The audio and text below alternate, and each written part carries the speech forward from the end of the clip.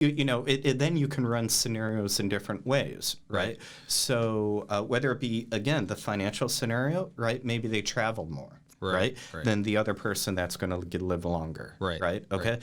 Or maybe, going back to still in the financial way, maybe they have things buttoned up at a far earlier time frame, right? About, I'm coming up on 70 in this example, and I need things squared away for spouse and children. Right. Yeah. See, there's something interesting there, right? Like, I remember I had a car in high school. And, for the longest time, the AC was out. And I kept thinking, I got to go get this AC fixed because it's very hot. It's in Tucson, Arizona. And then one day, got in an accident. The car was older, wasn't worth very much. It was essentially totaled. And I remember thinking, well, I'm glad I don't have to worry about that AC anymore. And the thought is, you might spend a certain amount of time saying, how do I optimize my life till this age? And then some kind of event happens where that's no longer an issue. And there's some time for the existing population that they need to wrap their head around this new paradigm, right? This new world that they're living in. But the newer generations that come in take it as status quo, right? So I had the same thing where my grandfather was like, I'm never going to live past 80, and he died at 79. So did he manifest that? Maybe. Who knows? But, I think it's interesting. I mean, things are moving so quickly. I think there's going to be a lot of moments where the world itself shifts so quickly that we may or may not be good at adapting to a new world, right? We've done it already, right, with the internet, with smartphones, things like that, to some degree, right? But I think there's going to be much more advancements in technology, and those things are going to be a lot larger, right? I guess. What do you do in that when it becomes real, right? Those scenarios of being able to then live forever and then also being way more efficient at everything you do. What's left for you to do, right? What happens when AI changes what work means for billions of people? When you don't need to go to a job and stuff. Like, for instance, you see like emerging economies, they'll get into manufacturing, then eventually they'll more on the creative side. And those things become more outsourced, right? So what happens when we outsource all our manufacturing, and the only thing that left might be being creative? Right? And then how do you optimize for creativity? The problem with creativity in a system where there's competition based on ideas and outlooks and things like that, it's sometimes not in the best interest of the people in the know or the more established party to create better innovators, because this is the whole issue with having people at the helm versus a network of things that then don't look at that, because the network doesn't have, or the infrastructure doesn't have the ego that someone in charge may, and it could then facilitate people to be smarter than them, better than them in advance. But if you have somebody like, let's say, a king of a nation doesn't want the people to be too smart or too well fed or thinking in a certain way, because it will put more work on them to suppress that for them to keep their position. That's interesting. I mean, going back, I think we need to think about this genealogy of where you tap upon this kind of post-work reality, right? And I think when we look at this idea of the end of work, right? Yeah. To me, I don't think it's an idea that was really in vogue, right? Maybe in the 19th century, right? At least I don't see it in H.G. Wells per se, right? But I think it definitely starts to emerge, right, as early in the 20s, right? Where there's kind of this forecasted, post-work, right? The machine age is going to allow for, right, a reality in which human labor is no longer kind of part of the equation, right?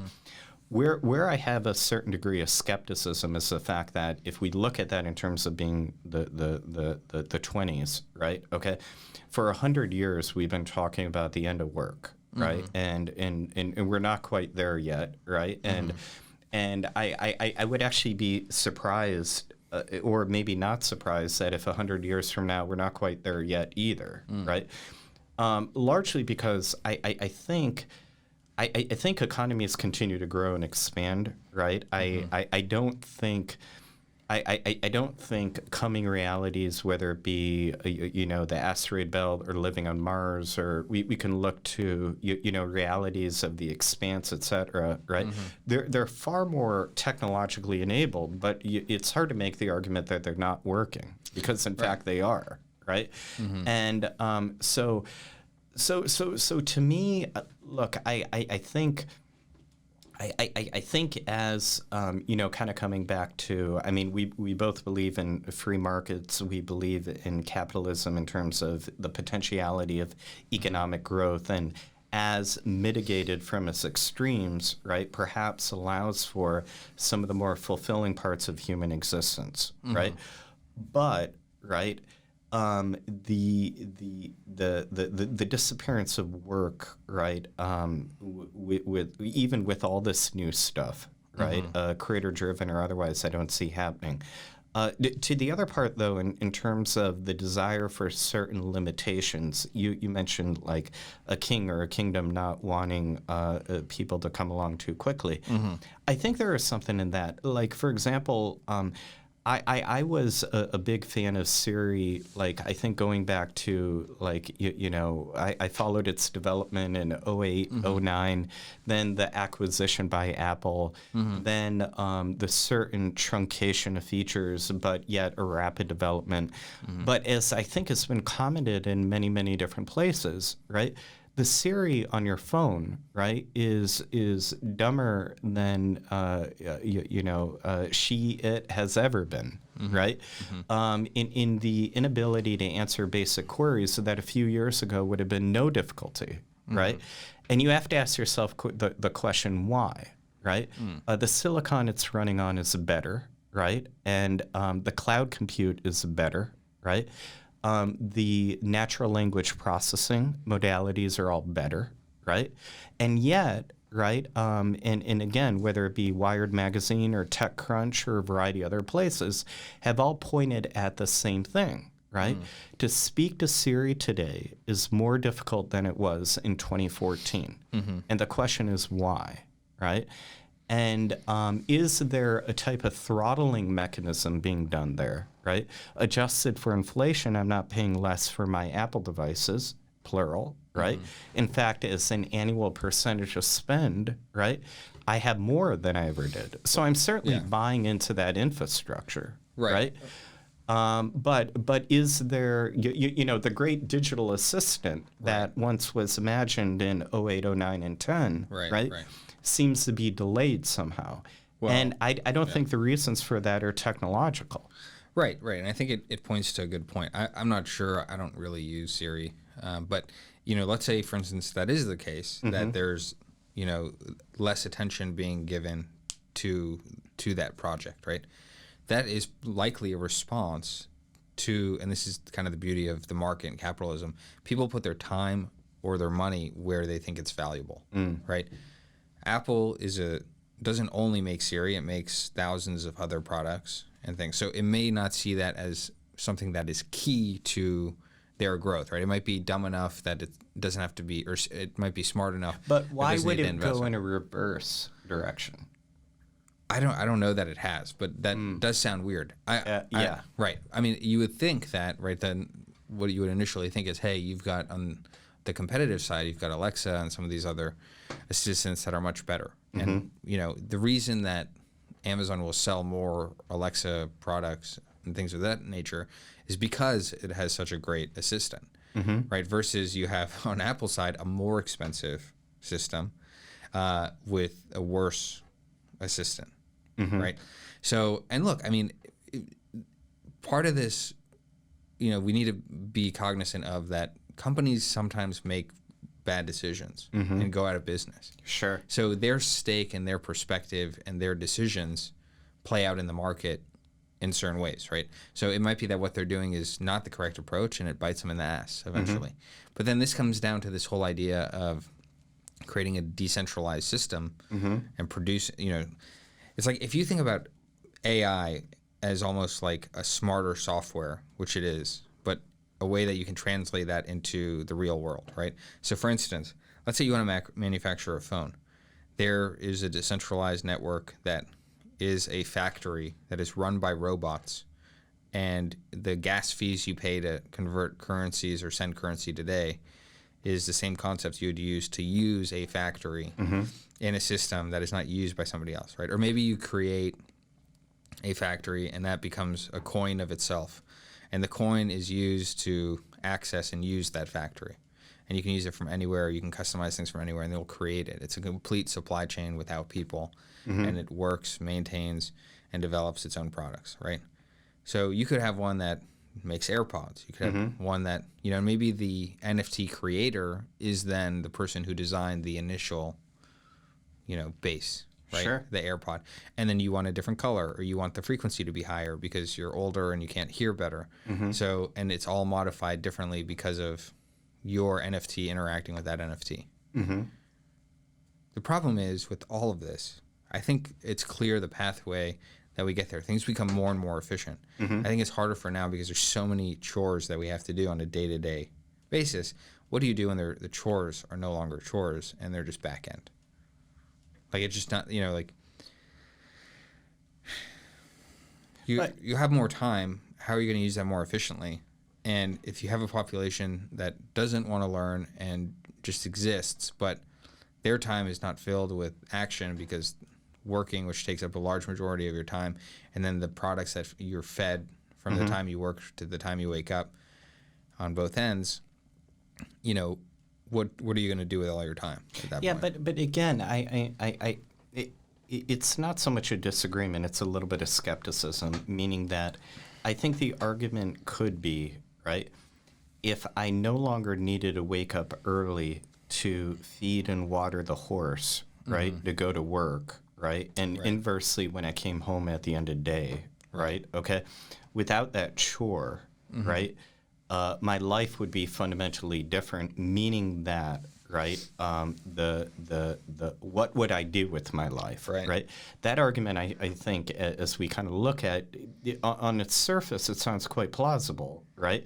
But the car didn't really disrupt that, right? I mean, it did in the sense that there was perhaps more time available for the Western style weekend, right? Right. But it didn't take away work altogether. No, right? it shifted it. And I think to extend that further, would you agree with me that I'm skeptical outside of maybe nations of Japan, right?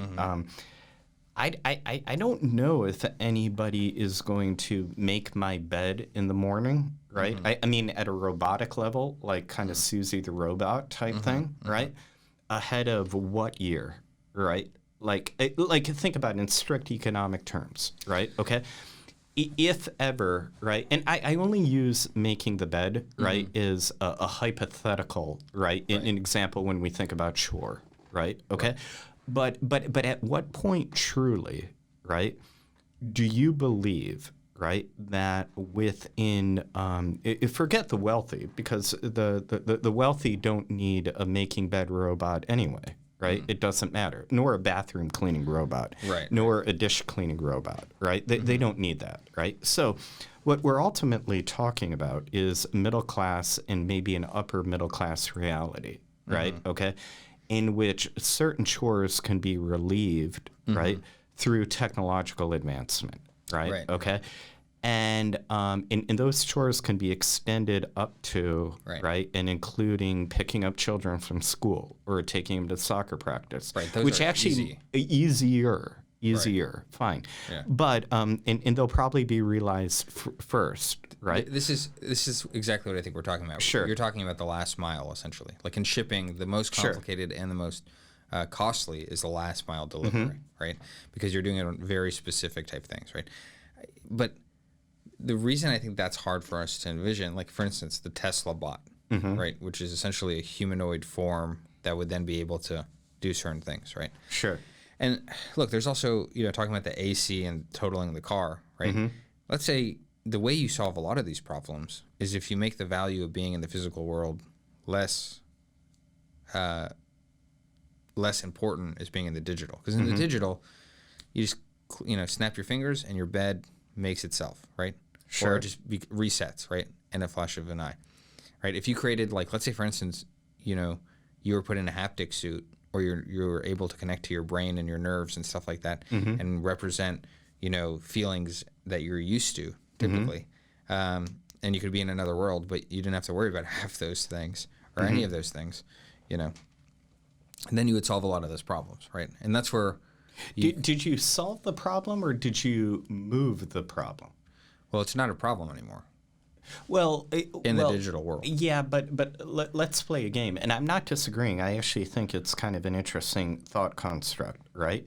This kind of brings us back full circle to what we were talking about initially about at what point, at least at a societal level, does a digital presence become more important than a physical presence, right? Right. Okay. Right.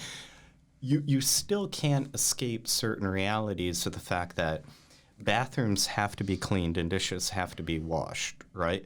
In the context of, right, okay, to live a life otherwise, right, is for many of the health-related realities we've talked about along the way, right? I mean, if you are going to, and by the way, this is something that is probably going to have to be a balancing act if society, in fact, moves in this direction, right? The complete neglect of the physical, right? Okay. Going back to in the Descartes dynamic of soul and body, right? The complete neglect of the body, right? Okay, cannot be the foundation for a further development of the soul, right? Inversely, if we flip this on what it seems to be, and it isn't quite a one-for-one, but a neglect of the physical reality for a digital reality, right? Okay, is actually going to lead to a non-optimal digital reality, right? Like no matter what, that bathroom has to get cleaned. Maybe. Otherwise, you're breathing in black mold, right? And those dishes in the sink, they can't sit there while you're having infinite adventures in metaverse space. Well, let's look at it like this, right? They need to be cleaned. Well, you don't need you don't need a sink. You don't need dishes if you're plugged in somewhere. That's where I was trying to get at with real estate is you may not need a home because you'll go to a pod. You're floating in some jelly or whatever that keeps your body nourished and exercises it while your mind is somewhere else. So the problem is not a problem because you don't need, we don't have to pick up horseshit off of the streets of New York. Would you want that reality? Well, let me ask you this. What if that's the reality we're already living in and you just don't know it? Yeah, but I mean, zooming back from that, and that could be. Please. No, I understand. We could be in a pod, but actually, I think I think what I'm looking for. I think the positing in a slightly less extreme mode is kind of more interesting, right? Meaning, like, what future reality kind of interests you, right? Like, what would be so if I spoke to Roy, right, at the age of 55, right? What would be your ideal relationship, right, between your physical self, right, and your kind of your digital existence, right? Okay, and the reality of your life. Understanding there's a lot of hybridity here, right? But the reality of your life that is truly kind of one-to-one in the physical, right? And that reality of your life that is purely digital and or digitally informed, right? Like, would you want to be in a gel pod, right, if given a choice, right? Or would you make other choices, right? Let me know what would be ideal for you. Yeah, I mean, I think it's circumstantial, right? If you know that, let's say, for instance, your body right now in its fragile state, there's always a chance to get hit by a car, something happens to you, and you're, regardless of habits and all that stuff, you're wiped off, right? Or you make one bad mistake and something happens to you, and you're no longer alive, right? And somebody then gave you an option to then live in this world that was exactly the same. Everything you would feel, see, perceive was exactly the same, but you could then ensure that your body would be in a safe place, that you could live forever because it's being taken care of in that place. That's, I think, would be interesting to a lot of people. Would it be interesting to you? Would you want that option at 55 or 155? Well, by choosing the latter, you take on the risk of 100 years in a world where you can see that damage end it all, right? So that becomes the question, right? I mean, there's been more time before you than there has been after you, supposedly. This is the thing, you can't verify some of these things, right? Whom? Me? Yeah, you everything we know about the past, there are things that you see that indicate those things exist. Mm-hmm. But let's say you were to create a metaverse. Yeah. Or a world that you could go into, right, without having and making it realistic to the person. Sure. It would be much more difficult in 50 years from now than it was in the 1990s, 1980s, right? Because, like we were saying earlier, you know nothing about the people before you in your own family lineage, except for maybe a few letters, some photos, Sure, that lack color. That all of that data is very finite, but it gives you enough belief that you are in the time frame that you are, right? But if you were to do that many, many years from now, decades from now, there'd be way more data. Like our great grandkids can look back at this and say, oh, I understand a little bit of their cadence, who they are, how they think, things like that. It's a lot more data to falsify to create a world then versus a world in, let's say, the 1980s before the internet, that there'd be a lot less data you'd have to verify. I know we talked about this on another podcast, but I still think you're being optimistic. Meaning that I think we talked about the idea of the digital dark ages, right, and the retrievability of information, right? Meaning, hypothetically, so CNN.com, right? When did it come about? I think it came about maybe 95, 96, right? Maybe 94, right? Okay. Go back and find an article, right, published on CNN.com, right, from those years, right? And I would argue it's not impossible, but it's difficult, right? And the reason I choose CNN is because during that time frame, right, kind of the earlier years of the web, right, this was a top 10 news site, right? Okay. Insofar as the ability to recover your own emails from, they say most emails are irrecoverable after 21 years, right? And we've had conversations about I have the emails on hard drives that no longer spin and they need to be pulled off the platter. So pulling that all the way forward, right? Okay. Going back to this classical dilemma of, the letter you wrote to your mother at summer camp in third grade may have a survivability over that email you sent me this morning. Right. But the issue with that is there's less data. There's the data of the text. Sure. You could analyze how you wrote it. Sure. How that changed over time. Right. But for instance, like your NFT version of that time when you wrote that could tell you a lot more about you and who you were at the time based on those data points on your health, your financials, all that stuff. You don't have that in that letter, but the letter may survive it. The other thing is we're moving increasingly into this world of digitization. And the vulnerability is the second you take down those servers, whether it's like an electric pulse bomb or something like that, you may look around and see you've got nothing to stand on because everything that was digital no longer exists. Right? Sure. So let's say, for instance, this goes in the course that it's going. That what we're talking about, people are consolidated into pods. They're put into towers in safe climactic areas, maybe even under the ground, whatever it might be. The Earth itself would return itself in some degree to a place without humans, right? The roadways would crumble. The bridges would deteriorate.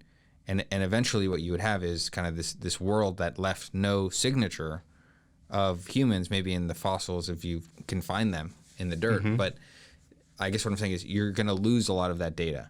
And if that is the cycle of, let's say, the Earth, that we become intelligent enough to then create a digital world that then we go and live in, and then after a certain amount of time, we're no longer affecting and leaving residue in the physical world, there's no way to then verify that it's actually you were there, right? Because everything was digital and that was erased. And even if you were to come across maybe a perfectly preserved computer, look at all the chords and different things that are different, essentially, languages, right? If you were to walk up to a series of ports, how would you, without damaging that information, re-engineer and find a way to even understand that, right? It's Yeah. like you see the Rosetta Stone, and the data is there, and you understand that something valuable was taken. Someone took time to inscribe that into a piece of stone, but you're not able to even extract that information or its meaning. Sure, understood. And herein is the fundamental irony of technological development, that the more further something is developed technologically, right, particularly in the small scale machination space, right, the shelf life of that item becomes smaller and smaller in duration. Right, so we're still driving across Roman bridges today, right? But try to fire up your iPod from 2001. Right. Good luck with that. Right. It just doesn't load. Right? And inversely, if you took that same iPod, even though I've had this debate with another person recently, but if you took that same iPod and you threw it in the woods, right, and it sat there for 20 years, right? Yeah.